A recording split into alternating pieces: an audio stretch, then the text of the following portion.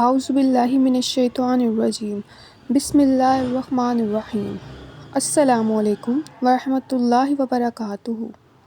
امید کرتی ہوں آپ سب لوگ خیر و عافیت سے ہوں گے، ہنس رہے ہوں گے، مسکرا رہے ہوں گے اور یقیناً آج کے ایپیسوڈ کا انتظار کر رہے ہوں گے۔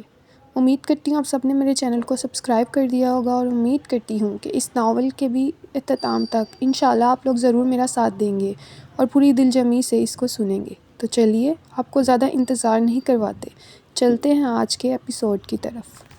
تجھے تو بخار ہو رہا ہے مراد، کھانے کی میز پر تاجور نے مراد کا ماتھا چھوتے ہوئے کہا۔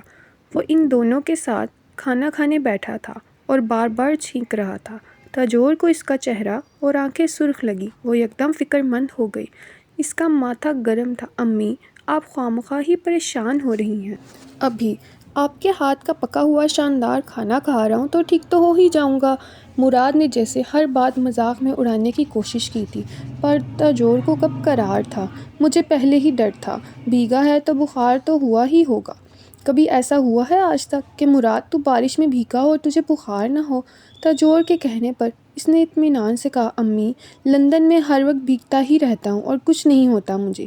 یہ تو میں شاید سفر کر کے آیا ہوں اسی لیے ہو گیا، ورنہ ٹھیک ہوں میں۔ مراد نے ماں کی بات کو بالکل سنجیدگی سے نہیں لیا تھا۔ میری ہی غلطی تھی، وقت پر چلا جاتا تو تجھے تکلیف نہ ہوتی، تو آرام سے آتا۔ چودھری شجاع پچھتایا۔ میں تو بڑے مزے سے آیا ہوں ابو، آپ خواہ پچھتا رہے ہیں۔ مراد نے باپ کو تسلی دی۔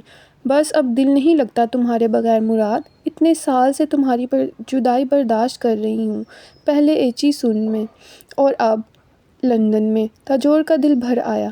تو یہ ضد کس کی تھی ایچی سن میں پڑھانے کی؟ ورنہ میں تو نظروں کے سامنے رکھنا چاہتا تھا ہمیشہ۔ چودھری شجاع نے لقمہ دیا۔ ہاں، میری ہی ضد تھی، اور دیکھیے نا کیسا قابل نکلا ہے، یہاں گاؤں کے اسکول میں پڑھتا تو کیا بنتا؟ تاجور نے فوراً پہلے کہا۔ مراد دونوں کی نوک جھونک سنتے ہوئے مسکراتے ہوئے کھانا کھاتا رہا اور بالکل ٹھیک نظر آنے کی اداکاری کرتا رہا، لیکن اسے اندازہ ہو رہا تھا کہ وہ ٹھیک نہیں تھا، اس کی طبیعت واقعی خراب ہو رہی تھی۔ میں نے تو سوچ لیا ہے مراد، اس بار تمہاری شادی کر کے ہی تمہیں لندن واپس بھیجوں گی۔ تاجور نے یکدم کہا۔ وہ چونکا، مسکرایا اور پھر اس نے کہا، شادی کی بات کریں گے تو پھر تو واقعی طبیعت خراب ہو جائے گی میری۔ اتنا سکون اور آرام ہے میری زندگی میں، آپ کیوں ختم کرنا چاہتے ہیں؟ تاجور اس کی بات پر ناراض ہوئی۔ خواہ میں اکلوتے بیٹے ہو ہمارے، میرا بس چلتا تو تمہاری شادی کر کے ہی آگے پڑھنے کے لیے لندن بھیجتی تمہیں، لیکن بس تمہارے ابا نہیں مانے۔ تاجور نے خفا سے انداز میں چودھری شجاع کو دیکھا۔ اور ابا اسی لیے تو اچھے لگتے ہیں مجھے، اب بس اور نہیں کھاؤں گا، تھوڑی دیر لیٹوں گا میں۔ مراد کہتے ہوئے اٹھ کھڑا ہوا۔ اس کے لیے واقعی کچھ کھانا مشکل ہو رہا تھا، مگر ماں باپ کو پریشان نہ کرنا چاہتا تھا۔ تاجور اس کے جانے کے بعد بھی دروازے کو دیکھتی رہی، پھر اٹھ کھڑی ہوئی۔ تمہیں کیا ہوا ہے؟ میں اسے دیکھ کر آتی ہوں، سر دباتی ہوں، مجھے لگتا ہے طبیعت ٹھیک نہیں اس کی، آپ بکرے کا صدقہ دے دیں جلدی۔ وہ چودھری شجاع کو کہتے ہوئے مراد کے پیچھے لپکی تھی۔ بھلیے لوکے، تجھے نیند کیوں نہیں آ رہی؟ گاموں نے اس رات اللہ وسائی کو کروٹ لیتے دیکھ کر کہا تھا۔ بارش کی وجہ سے وہ اس رات اندھیرے کمرے میں سونے کے لیے لیٹے تھے۔ میں سوچتی ہوں گاموں، پیر صاحب کے پاس چلتے ہیں موتیہ کے رشتے کی دعا کروانے۔ گاموں اللہ وسائی کی بات پر یکدم اٹھ کر بیٹھ گیا۔ آدھی رات کو تجھے موتیہ کا رشتہ کیوں یاد آ گیا؟ اللہ وسائی بھی اٹھ کر بیٹھی۔ کچھ دیر کے لیے وہ چپ بیٹھی رہی، پھر اس نے جیسے سب کچھ صاف صاف بتانے کا فیصلہ کر لیا۔ خواب دیکھتی ہے وہ؟ خواب؟ گاموں الجھا۔ چودھری مراد کو دیکھتی ہے وہ خواب میں؟ گاموں سانس نہیں لے سکا۔ چودھری مراد کئی سالوں سے دیکھ رہی ہے، مجھے کہتی ہے خوابوں میں کوئی نظر آتا ہے۔ میں ہنس کے ٹال دیتی اور کہتی ہے کہ تیری عمر میں سب کو ہی خواب ایسے سوہنے منڈے نظر آتے ہیں، یہ کوئی خاص بات نہیں۔ پر ناراض ہو کر وہ آگے سے کہتی ہے کہ ایسی بات نہیں ہے، اور آج تو نے چودھری مراد کو حویلی چھوڑا ہے تو موتیہ نے مجھے بتایا کہ یہ وہی لڑکا ہے جسے وہ اتنے سالوں سے خوابوں میں دیکھ رہی تھی۔ اللہ وسائی بتاتی چلی گئی۔ گاموں چپ چاپ کنگ بیٹھا اسے دیکھ رہا تھا۔ وہ چپ ہوئی، تب بھی گاموں نے جواب نہ دیا۔ بڑی لمبی خاموشی کے بعد اس نے اللہ وسائی سے کہا، جھوٹ تو کبھی نہیں بولا موتیہ نے۔ ہاں، پر اللہ کرے یہ جھوٹ ہی ہو۔ اللہ وسائی نے عجیب سے انداز میں کہا، تجھے یاد ہے نا جب اسکول میں پڑھانے کے لیے موتیا کو لے گئے تھے تو چودھرائی نے کتنا ذلیل کیا تھا مجھے کہ تیری جرت کیسے ہوئی کہ تو اس اسکول میں موتیا کو بھیج رہی ہے جہاں میرا بیٹا پڑھے گا، اور تیری بیٹی نے میرے بیٹے کو زمین پر بٹھا دیا۔ وہ کمی کمین تھا، تو اوقات بھول گئی ہے اپنی؟ وہ کوئی کمی کمین نہ تھا۔ اللہ وسائی کو تاجور کا ایک جملہ یاد تھا۔ ہاں، اور پھر ہم نے اگلے دن موتیا کو ساتھ والے گاؤں کے اسکول میں داخل کروا دیا تھا جہاں روز 5 میل پیدل چل کر اس کو چھوڑتے اور لاتے تھے۔ گاموں کو یاد ہے وہ کس طرح موتیا کو کندھوں پر بٹھا کر لے جاتا، اور اللہ وسائی موتیا کا بستہ اٹھائے ساتھ ہوتی تھی۔ ہاں، اور اگلے دن اسکول کی چھت گر گئی تھی چودھری مراد پر۔ اس کی قسمت تھی کہ وہ زخمی ہوا اور بچ گیا۔ اللہ وسائی کو پتہ نہیں کیا یاد آیا۔ ہاں، شکر ہے میرے سوہنے رب کا کہ چودھریوں کی نسل کو کچھ نہ ہوا، نہ ہی کسی اور بچے کو۔ کاموں کو خیال آیا، اور پھر چودھری شجاع نے مجھے بلا کے معافی مانگی تھی، دانوں کی بوری دی تھی اور کہا تھا کہ میں موتیا کو واپس لے آؤں، اور میں نہیں مانی تھی۔ اللہ وسائی نے یاد دلایا۔ ہاں ہاں، تو ہے شروع سے ہی ضدی۔ کاموں ہنس پڑا، پر اس کے بعد چودھرائی نے جھڑکنا کم کر دیا تھا۔ ہاں، پر وہ آج بھی تھتی اور کمی کمین ہی کہتی ہے مجھے، اللہ وسائی نے یاد دلایا۔ کمی کمین تو ہم ہیں نا، اس کا کیا غصہ کرنا؟ دانے والا نہیں بنایا رب سونے نے، یہ تو اس کی تقسیم ہے۔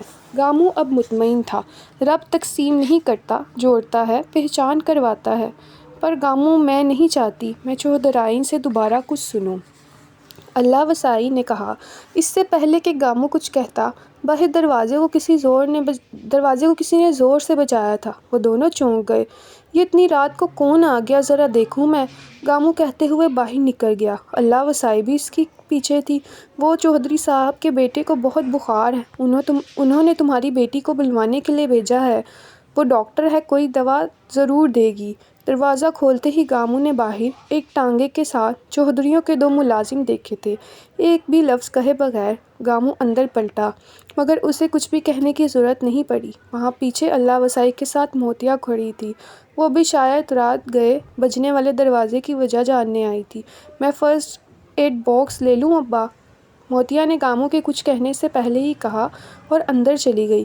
گاموں اور اللہ وسائی نے عجیب نظروں سے ایک دوسرے کو دیکھا، پھر گاموں نے ہاتھ اٹھا کر مدھم آواز میں کہا، جو رب سوہنے کی مرضی۔ تاجور کے وہم و گمان میں بھی نہیں آیا تھا کہ اسے زندگی میں کبھی گاموں معاشقی اور اس کی بیٹی سے مدد مانگنی پڑ سکتی تھی، مگر اس رات پڑ گئی۔ مراد کو چڑھنے والا بخار بڑھتا ہی گیا، اور آدھی رات تک وہ اس طرح بے سود اور بے حال ہو گیا کہ تاجور نے رونا شروع کر دیا۔ گاؤں کی ڈسپنسری میں کمپاؤنڈر بیٹھتا تھا، اور وہ 2 دفعہ مراد کو دیکھ کر جا چکا تھا، مگر اس کی دی کسی دوائی کسی ٹونے سے مراد کو فاقہ نہیں ہوا، اور بالآخر یہ اسی کا مشورہ تھا کہ موتیا کو بلا کے مریض دکھایا جائے۔ اس کے ہاتھ میں بڑی شفا ہے چودھرائی جی، اس نے اپنی آنکھوں سے دیکھی ہے، میں نے اپنی آنکھوں سے دیکھی ہے، ابھی ڈاکٹر نہیں بنی، پھر بھی بڑا تجربہ ہے اسے مریضوں کا۔ بوڑھے کمپاؤنڈر کو اس وقت اس مسئلے کا حل موتیا ہی نظر آئی تھی، اور چودھری شجاع نے تاجور کو بتا کر موتیا کو بلاوا بھیجا۔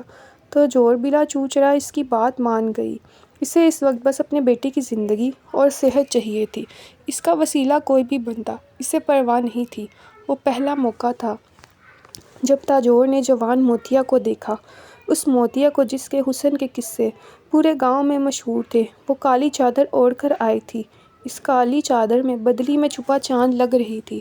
تاجور کو اسے دیکھ کر عجیب وہم ہوا، مراد کے سامنے جائے گی اور وہ اسے دیکھے گا تو کہیں دیکھتا نہ رہ جائے، مرد ذات ہے اور وہ خوبصورت ہے۔ تاجور اس کے سلام کے جواب میں سوچنے بیٹھ گئی، اور موتیا کو سمجھ نہیں آ رہا تھا کہ وہ مریض کیوں نہیں دکھا رہے۔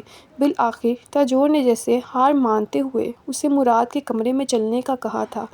اس نے اپنے دل کو تسلی دے لی تھی کہ وہ بخار میں بے سود کھوئے پڑا ہے، اس حالت میں اسے کہاں ہوش ہوگا کسی کو دیکھنے کا۔ موتیا چودھری شجاع اور تاجور کے ساتھ مراد کے کمرے میں گئی تھی۔ وہ لمبا ترنگا مرد جسے آج دوپہر کو اس نے اپنے خوابوں سے نکل کر حقیقت کی دنیا میں دیکھا تھا، اتنی جلدی دوبارہ اسے اس حال میں ملے گا، موتیا نے کبھی نہ سوچا تھا۔ اور نہ صرف ملے گا بلکہ وہ اسے چھو بھی سکے گی، اور وہ بھی اس کے قریب بیٹھ کر۔ موتیا کے لیے وہ معجزہ تھا جو اس کی دعا کے بدلے ہوا تھا۔ مراد آنکھیں بند کیے ہوئے پڑا تھا۔ نہ کمرے میں ہونے والی آوازوں پر اس نے آنکھیں کھولی، اور نہ اپنا ماتھا چھونے پر، نہ اپنی کلائی پکڑنے پر۔ موتیا نے زندگی میں پتہ نہیں کتنے مریضوں کو چھوا تھا، پر وہ اب جس کی کلائی تھام رہی تھی وہ اس کے لیے مریض نہیں تھا۔ اس کا ہاتھ کانپنا شروع ہو گئے۔ مراد کی گرم کلائی کو اس کے ماں باپ کے سامنے تھام کر بیٹھے رہنا آسان نہیں تھا۔ اپنی گھڑی کو دیکھ کر، اس کی نبض ٹٹولتے ہوئے اور پھر اس کا ٹمپریچر لیتے ہوئے، موتیا نے مراد کو چہرے کو دیکھنے کی کوشش نہیں کی۔ وہ بار بار اپنے ذہن کو سمجھا رہی تھی کہ وہ بس ایک مریض تھا اور وہ اس کا علاج کرنے آئی تھی۔ اسے اس کے علاوہ کچھ نہیں سوچنا تھا، مگر یہی سب سے مشکل ہو گیا تھا۔ پتر ٹھیک ہے نا میرا بیٹا؟ بخار کہیں دماغ کو تو نہیں چڑھ گیا؟ چودھری شجاع نے عجیب بے قراری سے اسے مخاطب کیا۔ وہ اس وقت فرسٹ ایڈ کا باکس اٹھائے مراد کے لیے ایک انجیکشن تیار کر رہی تھی۔ جی، یہ بالکل ٹھیک ہے، اور بخار سر وغیرہ کو نہیں چڑھا، لیکن تیز بخار ہے۔ ابھی میں انجیکشن لگاؤں گی، چند گھنٹوں میں ٹھیک ہو جائیں گے۔ موتیا نے اسے تسلی دی تھی اور پھر مراد کے بازو میں سوئی کھو دی۔ اسی لمحے پہلی بار مراد کے جسم میں جنبش ہوئی۔ اس نے آنکھیں کھول کر ان سب کو دیکھنے اور سمجھنے کی کوشش کی تھی کہ اس کے ساتھ کیا ہو رہا ہے، لیکن بخار واقعی اتنا تیز تھا کہ وہ چاہنے کے باوجود آنکھیں کھلی نہ رکھ سکا۔ اس نے موتیا کو دیکھا تھا، پر وہ اسے یاد نہیں رکھ سکا۔ اس نے دوبارہ آنکھیں موند لیں۔ اس کے کانوں میں کسی کی آواز گونجی تھی، کسی کی میٹھی، مہربان آواز۔ مراد کی سماعتوں نے جیسے آواز کی شناخت کرنے کی کوشش کی، مگر ناکام رہا، لیکن وہ آواز اس کے لاشعور کا حصہ بن گئی۔ فرسٹ ایڈ باکس بند کر کے موتیا اٹھ کھڑی ہوئی، اور تب اس کا استقبال تاجور کی سرد نظروں نے کیا۔ وہ تاجور کی نظروں کی خفگی کو سمجھ نہ پائی۔ یقیناً وہ اس کے لیے نہیں ہو سکتی تھی، وہ تو ان کے بیٹے کا علاج کرنے آئی تھی۔ اس کے ساتھ ان کی کیا خفگی ہو سکتی تھی؟ اس نے اپنے اس احساس کو وہم سمجھ کر جھٹکا۔ تمہارا بہت شکریہ بیٹا، تم رات کی اس پہر مراد کی مدد کے لیے آئی۔ شجاع نے اس کے سر پر ہاتھ رکھ کر جیسے اپنی ممنونیت کا اظہار کیا تھا۔ میں تو ڈاکٹر بن رہی ہوں۔ ڈاکٹر کے لیے دن رات کچھ نہیں ہوتا، بس مریض ٹھیک ہونا چاہیے، اور یہ بھی ٹھیک ہو جائیں گے۔ اس نے جیسے انہیں یقین دلایا تھا۔ تاجور نے اس سے کوئی بات نہیں کی تھی۔ موتیا باہر آ گئی، جہاں برآمدے میں گامو ماشکی بیٹھا ہوا تھا۔ چودھری شجاع نے ایک بار پھر گامو سے ہاتھ ملاتے ہوئے شکریہ ادا کیا، اور گامو نہال ہو گیا۔ ایسا موقع زندگی میں روز کہاں کہاں ملتا تھا کہ وہ کسی کے احسانوں کے بدلے میں احسان کر سکے، اور یہ سب موتیا کے طفیل ہوا تھا۔ دونوں باپ بیٹی چودھریوں کے ٹانگے میں رات گئے، اسی خاموشی کے ساتھ واپس آ گئے تھے جس خاموشی سے گئے تھے۔ موتیا کے جانے کے گھنٹہ بعد مراد کا بخار اترنا شروع ہو گیا تھا۔ تاجور کے دل کو عجیب سا قرار آیا۔ اس بچی کے ہاتھ میں واقعی شفا ہے، ماشاء اللہ، چودھری شجاع نے تاجور سے کہا۔ وہ جیسے اور احساس مند ہوا تھا۔ تاجور کی زبان سے ایک لفظ نہیں نکلا تھا، اسے بس ایک ہی دھڑکا لگا ہوا تھا، کہیں مراد نے بخار میں بھی اس کو نہ دیکھ لیا ہو۔ کہتے ہیں ماؤں کے اندیشے صحیح ہوتے ہیں۔ تاجور کو پتہ ہی نہیں تھا، مراد اسے پہلے ہی دیکھ کر فدا ہو چکا تھا، جس کی ایک جھلک سے بچانے کے لیے تاجور بے حال ہو رہی تھی۔ گھر میں وہ رات موتیا نے جائے نماز پر گزاری تھی۔ وہ اسے تکلیف میں دیکھ کر تو آئی تھی، مگر وہ تکلیف اب اس پر بہت بھاری پڑ رہی تھی۔ پتہ نہیں وہ اس کے دل میں کہاں جا بیٹھا تھا کہ دل اس کے خیال کے بنا دھڑکنا ہی بھول گیا تھا۔ حاصل اور حصول تک کا تو تب تک موتیا نے سوچا ہی نہ تھا، نہ دیواروں کا سوچا تھا، نہ اپنی اوقات کا۔ اس کو تو بس پیار ہوا تھا، اور پیار بھی فی سبیل اللہ، جس میں پڑھ کے محبوب سے زیادہ رب یاد آنا شروع ہو جاتا ہے۔ اللہ وسائی نے صبح سویرے موتیا کو جائے نماز پر ہی سویا پایا۔ اس نے موتیا کو جگانے کے لیے اس کا ماتھا چھوا تھا۔ اس کا ماتھا بری طرح جھلس رہا تھا۔ وہ مراد کی بیماری اپنے سر گھر لے آئی تھی۔ سرخ چہرے کے ساتھ بخار میں سدھ بدھ کھوئے وہ جائے نماز پر پڑی تھی، اور اللہ وسائی اس کا چہرہ بس دیکھتی جا رہی تھی۔ اس نے عشق کا چہرہ پہلی بار دیکھا تھا، اور ایسا طوفانی عشق جو ایک دن اور ایک رات میں ہوا تھا۔ وہ اس کے ماتھے پر ٹھنڈے پانی کی پٹیاں رکھ رکھ کر روتے ہوئے موتیا کے لیے دعائیں کر رہی تھی۔ وہ مرادیں پوری کرنے والے رب اس کی بیٹی کی مرادیں پوری کر دے۔ موتیا جو دل سے مانگ رہی تھی اس کی ماں اپنی توتلی زبان میں مانگ رہی تھی، روتے اور گڑاتے ہوئے۔ اس کے بس میں بس یہی تھا۔ تو کتنا جھلا ہے گامو، کل سارا دن اور ساری رات تو برستی بارش رہی ہے، گاؤں کی گلیاں بھی گیلی ہیں اور تو پھر مشق بھر کے چل پڑا۔ صبح سویرے گاؤں میں کسی نے گامو کو کنویں پر کھڑے دیکھا اور ہنس کر کہا، لو بھلا، گلیاں گیلی ہیں نا، گھڑے تو خالی ہیں نا گاؤں والوں کے، وہ کون سے بارش سے بھریں گے، وہ گامو معاشقی کی مشق کا ہی انتظار کرتے ہیں، گامو نے کہا اور ہمیشہ کی طرح مشق بھر کے سب سے پہلے حویلی کی طرف چل پڑا۔ اس دن حویلی میں اس کا سامنا صبح سویرے برآمدے میں پھرتے ہوئے مراد سے ہو گیا اور گامو اسے بھلا چنگا دیکھ کر حیران ہونے سے بھی زیادہ خوش ہوا تھا۔ آپ تو بالکل ٹھیک ہو گئے چودھری جی، اللہ کی مہربانی ہے، آپ کو کیسے پتہ چلا؟ مراد حیران ہوا۔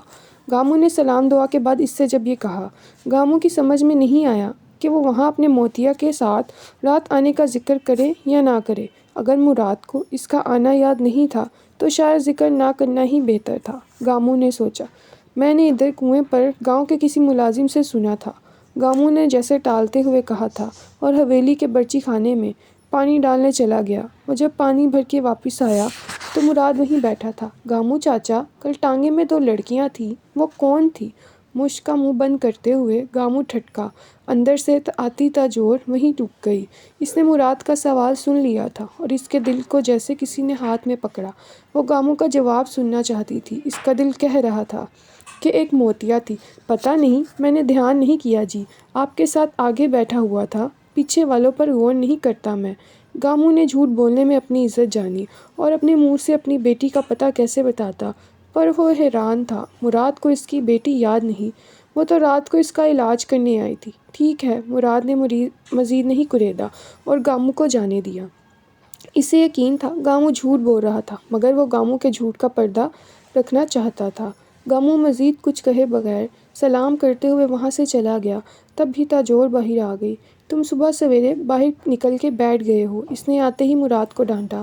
ہاں، بس نیند نہیں آ رہی تھی مجھے اور بخار اترا ہے تو کمرے میں عجیب سی گھٹن محسوس ہو رہی تھی، اسی لیے باہر آ کر بیٹھ گیا، مراد نے مسکراتے ہوئے ماں سے کہا، جس نے پاس آتے ہی اس کی کلائی اور ماتھا چھوا، اس کے ٹھیک ہونے کی تصدیق کی اور پھر مطمئن ہو گئی۔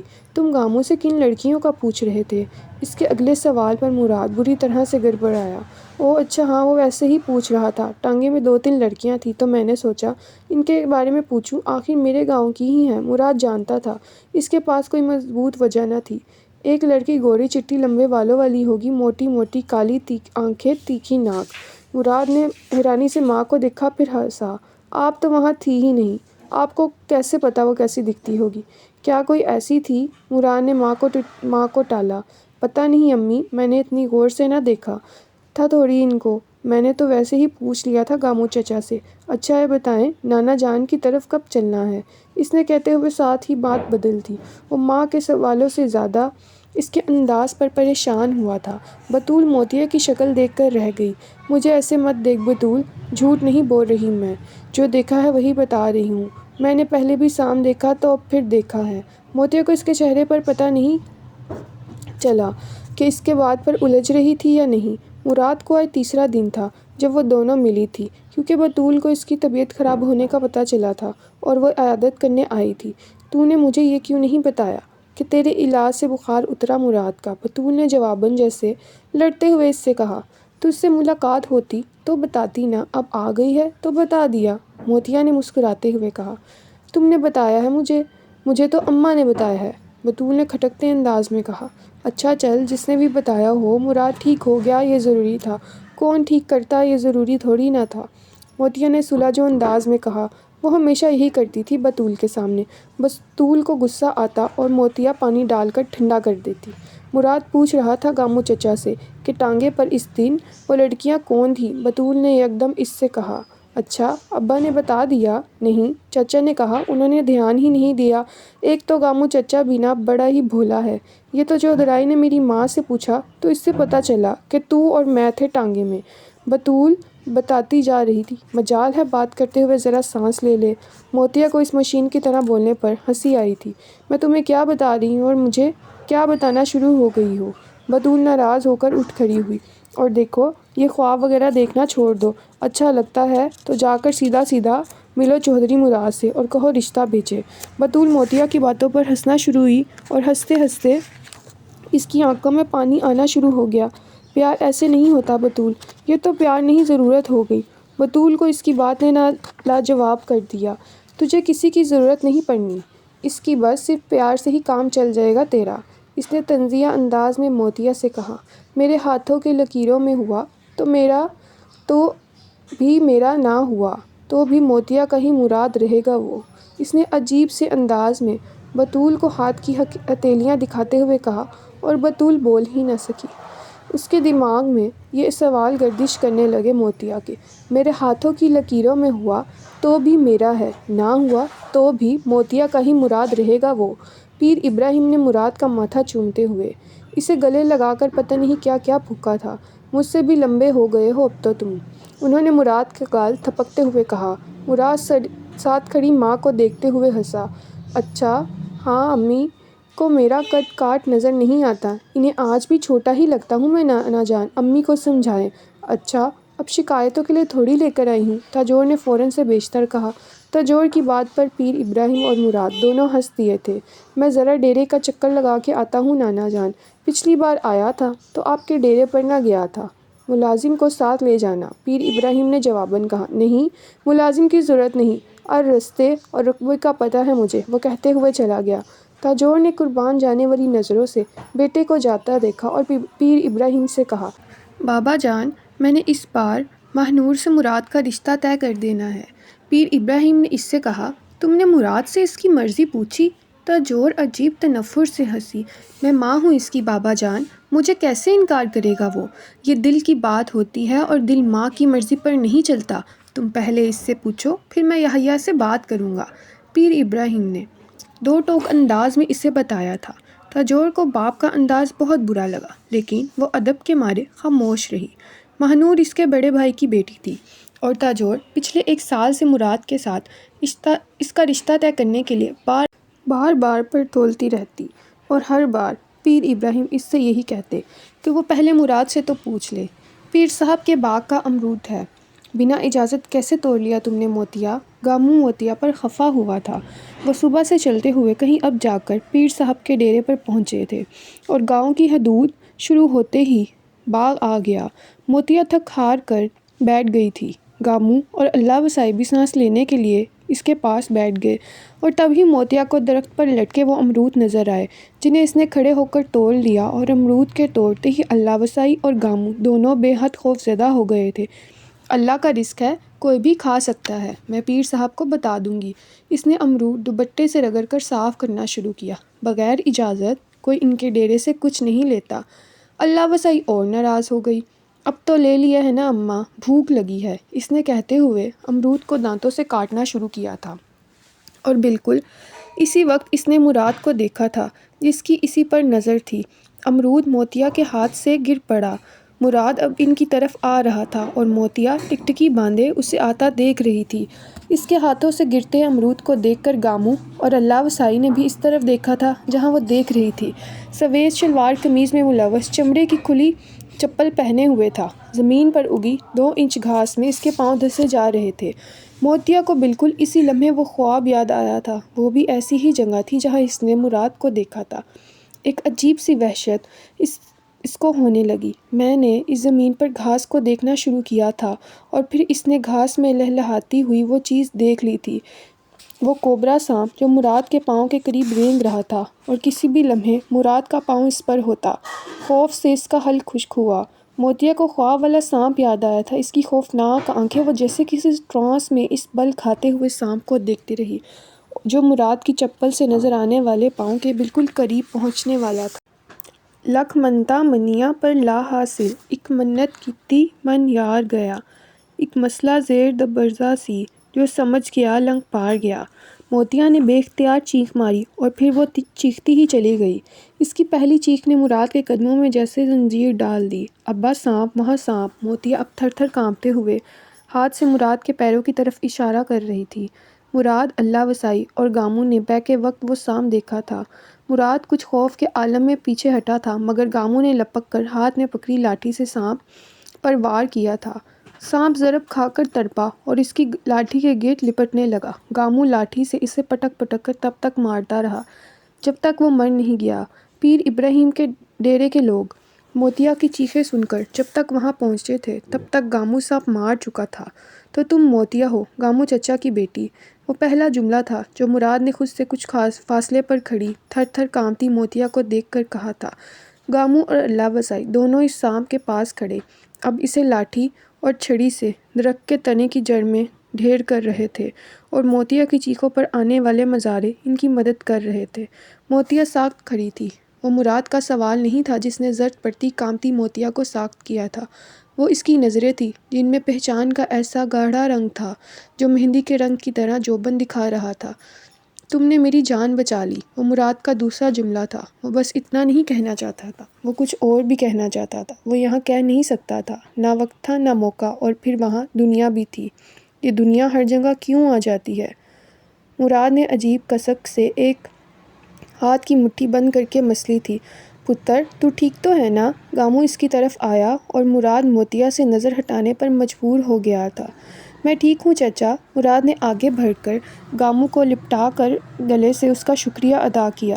بڑا لمبا اور زہریلا سانپ تھا۔ گاموں نے اسے تھپکتے ہوئے دور سانپ کے مردہ وجود کی طرف اشارہ کیا جو اب بے جان پڑا تھا۔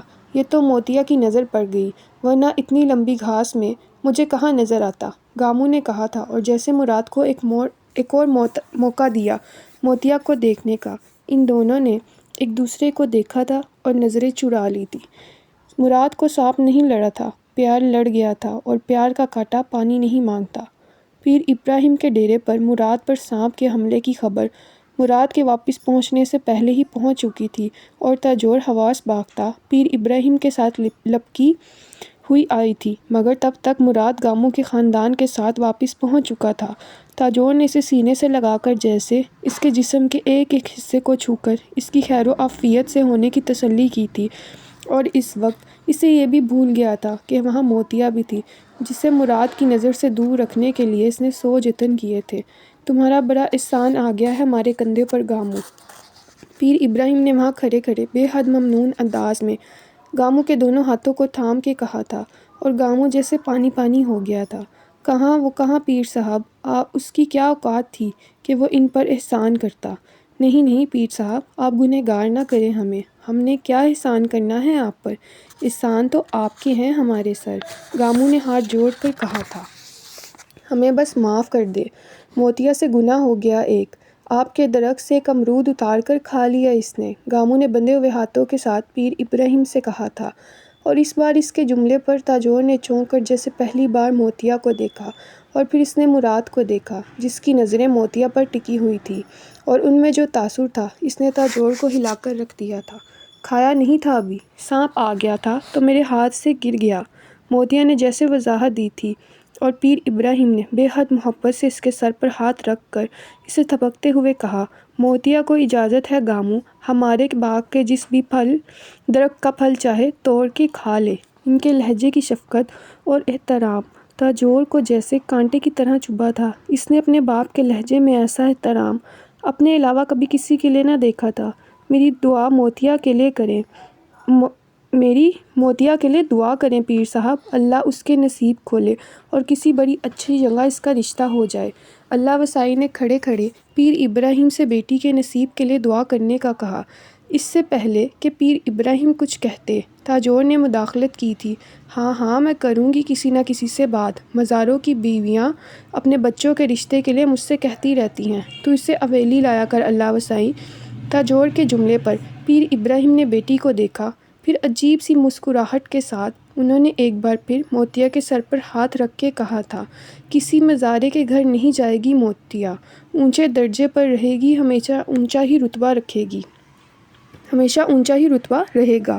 تاجور کو باپ کی بات نے جیسے ایک بار پھر تکلیف پہنچائی تھی۔ وہ پیر ابراہیم تھے، 7 گاؤں جن کے مرید تھے، اور وہ ایک معاشقی کی بیٹی کے سر پر ہاتھ رکھ کر اس کے رتبے اور درجے کی بشارتیں دے رہے تھے۔ کیوں؟ کس لیے؟ صرف اس لیے کہ اس کے باپ نے مراد کی جان بچائی تھی؟ تاجور جل کر بھسم ہونے سے پہلے کوئلہ ہوئی تھی، پر باپ کے سامنے وہ کچھ کہہ نہ سکی۔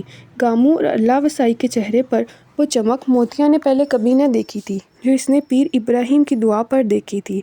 پیر ابراہیم اسے نظر بھر کے بھی نہیں دیکھا تھا۔ موتیا کے سامنے وہ نظریں جھکائے ہی رہے تھے، اور موتیا ان کا چہرہ بغور دیکھ رہی تھی۔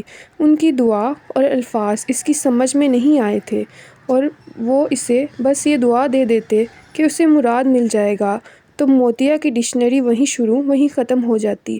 ایک لمحے کو اس کا دل چاہا تھا وہ پیر ابراہیم سے کہے، وہ اسے مراد کا ساتھ نصیب ہونے کی دعا دے، جس کی نظریں اس وقت بھی اس کے چہرے کا طواف کر رہی تھی، جو اس سے بس 15 قدم دور کھڑا تھا۔ موتیا جیسے فاصلہ ناپ چکی تھی، اور 15 قدموں میں مراد اور اس کے بیچ بس تاجور تھی۔ وہ نہ ہوتی تو وہ اس سے 14 قدم دور تھا۔ وہ مراد کی طرح دلیر نہیں تھی کہ وہاں کھڑی اس کو اسی طرح دیکھتی جیسے وہ دیکھ رہا تھا، پر وہ پھر بھی اسے دیکھ رہی تھی۔ سفید شلوار قمیض میں ہاتھ سینے پر لپیٹے وہ چپ چاپ کھڑا تھا۔ اس نے ایک لفظ بھی نہیں کہا تھا، پر اس سے 15 قدم دور کھڑی موتیا جیسے پھر بھی وہ ساری گفتگو سن رہی تھی۔ اس کی نظریں کر رہی تھی کچھ۔ وہ مراد کی نگاہ نہیں تھی، محبوب کی نگاہ تھی، جس میں بس قربان ہو جانے، نثار ہو جانے کی آرزو تھی، پروانہ بن کر جل جانے کی تمنا تھی، جو اس پر جمی اس سے کہہ رہی تھی، تجھ سا کوئی دوسرا ہے ہی نہیں موتیا، اور نہ کبھی ہوگا۔ وہ گاموں اور اللہ وسائی کے ساتھ اس بولتی نگاہ کے جواب میں کچھ بھی کہے بغیر پیر ابراہیم کے ڈیرے سے واپس آئی تھی، اور مراد کا چین قرار ایک بار پھر لوٹ کر چلی گئی تھی۔ حسن اس نے بے پناہ دیکھا تھا، پر موتیا سا نہیں دیکھا تھا۔ وہ اپنے گھمنڈ میں رہنے والا مرد تھا، جس کو لگتا تھا وہ کبھی کسی عورت پر فدا نہیں ہو سکتا۔ کنگز کالج میں وکالت پڑھتے ہوئے وہ آخری چیز کبھی اس کے دماغ میں آتی تھی وہ محبت ہی ہو سکتی تھی، اور یہاں ایک نظر میں لٹا تھا، اور ایک نظر میں لٹنے والا تو کبھی کسی کو بتا بھی نہیں سکتا کہ اس کے ساتھ ہوا کیا، دل کیسے گیا، جاں کہاں گئی، وہ پری چہرہ کیا کیا لے گئی۔ اس رات بخار کے علاج کے لیے بھی آپ نے موتیا کو بلوایا تھا۔ تاجور مراد کے ساتھ اپنے گاؤں واپس جا رہی تھی جب مراد نے رستے میں ٹانگے میں بیٹھے اس سے پوچھا، اور تاجور کو جیسے سانپ ہی سونگھ گیا۔ وہ کہاں کہاں آ کر کھڑی ہو جاتی تھی اس کے اور اس کے بیٹے کے بیچ۔ تمہیں کس نے بتایا؟ تاجور نے اس سے نگاہ ملائے بغیر باہر کھیتوں میں دیکھتے ہوئے کہا، مجھے بے ہوشی میں وہ نظر آئی تھی، مجھے لگا میرا وہم تھا۔ سیدھے سادے لہجے میں کہے گئے جملے نے تاجور کو کہیں کا نہیں رہنے دیا تھا۔ وہ اس کے بیٹے کو بے ہوشی میں بھی نظر آنے لگی تھی، جس کو وہ ہوش میں چھپانے کے جتن کر رہی تھی۔ چاچا گاموں نے بڑا اچھا کیا کہ موتیا کو میڈیکل پڑھا رہے ہیں، گاؤں کو بڑی ضرورت ہے ڈاکٹر کی، مراد نے بات جاری رکھتے ہوئے کہا۔ تمہارے باپ کا احسان ہے گاموں پڑھا رہا ہے بیٹی کو، ورنہ میرے بس میں ہوتا تو میں تو کسی گاؤں کی کسی لڑکی کو لڑکوں کے ساتھ شہر میں نہ پڑھنے دیتی۔ بے حیائی سی بے حیائی ہے۔ امی، ماہنور بھی تو پڑھ رہی ہے شہر جا کر۔ تاجور اس کے جملے پر جیسے تڑپ اٹھی۔ وہ اس کی بھتیجی کا مقابلہ موتیا سے کر رہا تھا۔ ماہنور اور موتیا کا کیا مقابلہ؟ تو اس کی ذات اور اوقات تو دیکھ۔ تاجور خفا ہوئی تھی، اور مراد ماں کے جملے پر کچھ اور حیران۔ یہ ذات اور اوقات کیا ہوتی ہے امی؟ تاجور کو اس سوال کا جواب نہیں آیا۔ پھر شاید وہ موتیا کے ذکر سے تنگ آ گئی تھی۔ اس نے یکدم بات بدل دی۔ تمہیں ماہنور کیسی لگی؟ مراد اس کے سوال پر ایک بار پھر حیران ہوا۔ ماہنور اچھی ہے، سب کزنز کی طرح، آپ کیوں پوچھ رہی ہیں؟ ماں نے کریدا۔ اس کی چھٹی اس نے کوئی اسے عجیب سا سگنل دیا تھا۔ تاجور بڑے پراسرار انداز میں مسکرائی تھی۔ بتاؤں گی، ایسی جلدی کیا ہے؟ مراد ماں کے چہرے کو بغور دیکھتا رہا، لیکن اس نے مزید کوئی سوال نہیں کیا تھا۔ پورے گاؤں میں شور مچا ہوا تھا، موتیا تو نے چودھری مراد کو سانپ سے بچا لیا۔ وہ بطول تھی جو اس سے ملنے آئی تھی، اور گھر میں داخل ہوتے ہی اس نے موتیا کو دیکھ کر کہا تھا۔ وہ ہینڈ پمپ چلا چلا کر بالٹی میں پانی اکٹھا کر رہی تھی، اور اب اپنے پاؤں رگڑ رگڑ کر دھونے بیٹھ گئی تھی۔ بطول بھی آ کر اس کے پاس ہی کھوڑے پر بیٹھ گئی تھی۔ میں نے تجھ سے کہا تھا بطول کہ میں نے خواب میں چودھری مراد کے پاس سانپ دیکھا تھا جو اسے کاٹنے لگا تھا۔ وہ اپنی ایڑیوں کو جامے سے رگڑتے ہوئے اس سے کہہ رہی تھی، اور بطول کو یوں لگا جیسے وہ کسی گہری سوچ میں تھی۔ وہ اس کے نازک دودیا پیروں کو دیکھنے لگی، جن کی ایڑیوں کو وہ یوں کھرچ کھرچ کر صاف کر رہی تھی جیسے وہ پتہ نہیں کتنی گندی تھی۔ مان گئی میں تجھے موتیا، تیرے خواب کبھی جھوٹے نہیں ہوتے، بطول نے اس سے کہا تھا۔ موتیا نے سر اٹھا کر اسے نہیں دیکھا، وہ اسی طرح رہی، اور پھر اس نے الجھن بھری آواز میں اس سے کہا، بس مجھے یہ حیرانی ہے کہ خواب میں نے سانپ کو کاٹتے دیکھا تھا، پھر اپنی چیخ سنی تھی، سمجھ نہیں آ رہا سانپ نے کاٹا کیوں نہیں، اور پھر وہ چیخ۔ بطول نے مذاق اڑانے والے انداز میں اس کی بات کاٹی، شکر کر موتیا، سانپ نے نہیں کاٹا، وہ چودھری مراد کو کاٹ لیتا تو تیرا کیا ہوتا، تو نے تو مر جانا تھا۔ بطول کے جملے پر پیر دھوتی اس کی طرف دیکھنے لگی۔ یہ بات کسی دوسرے کے سامنے مت کرنا ورنہ بدنام ہو جاؤں گی میں، موتیا نے اسے ٹوکا تھا۔ توبہ توبہ، تیری بچپن کی سہیلی ہوں، کیوں راز کھولوں گی تیرے دل کا کسی کے سامنے، اور وہ بھی ایسے حالات میں۔ بطول نے اپنے کانوں کی لوؤں کو ہاتھ لگاتے ہوئے اسے یقین دلایا تھا، اور موتیا نے یقین کر لیا تھا۔ وہ ہر ایک کی باتوں پر ایسے ہی یقین لے آنے والی تھی۔ وہ کسی کی زبان پر ہوتا وہی اس کے لیے سچ ہوتا، جو بھید دل کے اندر ہوتا اس کی کبھی موتیا نے گاموں اور اللہ وسائی کی طرح پرواہ ہی نہیں کی تھی۔ چودھری مراد نے تیرا شکریہ ادا کیا، بطول نے اسے نہ چاہتے ہوئے بھی کریدا تھا۔ موتیا نے سر اٹھا کر عجیب سی مسکراہٹ کے ساتھ اسے دیکھا۔ اس کی سیاہ آنکھوں میں نمک چمک رہی تھی یا محبت، بطول بوجھ نہیں سکی، مگر وہ جو بھی تھا ہیلے کی کنی کی طرح گھائل کر دینے والا تھا۔ موتیا نے نفی میں سر ہلایا تھا، مگر اس کی مسکراہٹ نے بطول کو بہت تڑپایا۔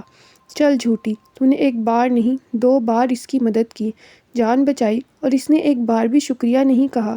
بطول کو یقین نہیں آیا۔ کیوں کہتا؟ اس کی جان تھوڑی بچائی تھی، اپنی بچائی تھی، وہ کیوں شکریہ کہتا؟ موتیا کے جواب پر وہ پہلے لاجواب ہوئی تھی، پھر نثار سی ہو گئی۔ موتیا اب کچھ گنگنا رہی تھی، اور بطول اسے یکٹک دیکھ رہی تھی۔ اسے تو سب سونے رب نے دیکھنے کے لیے ہی بنایا تھا۔ بطول نے ہمیشہ کی طرح یہی سوچا تھا۔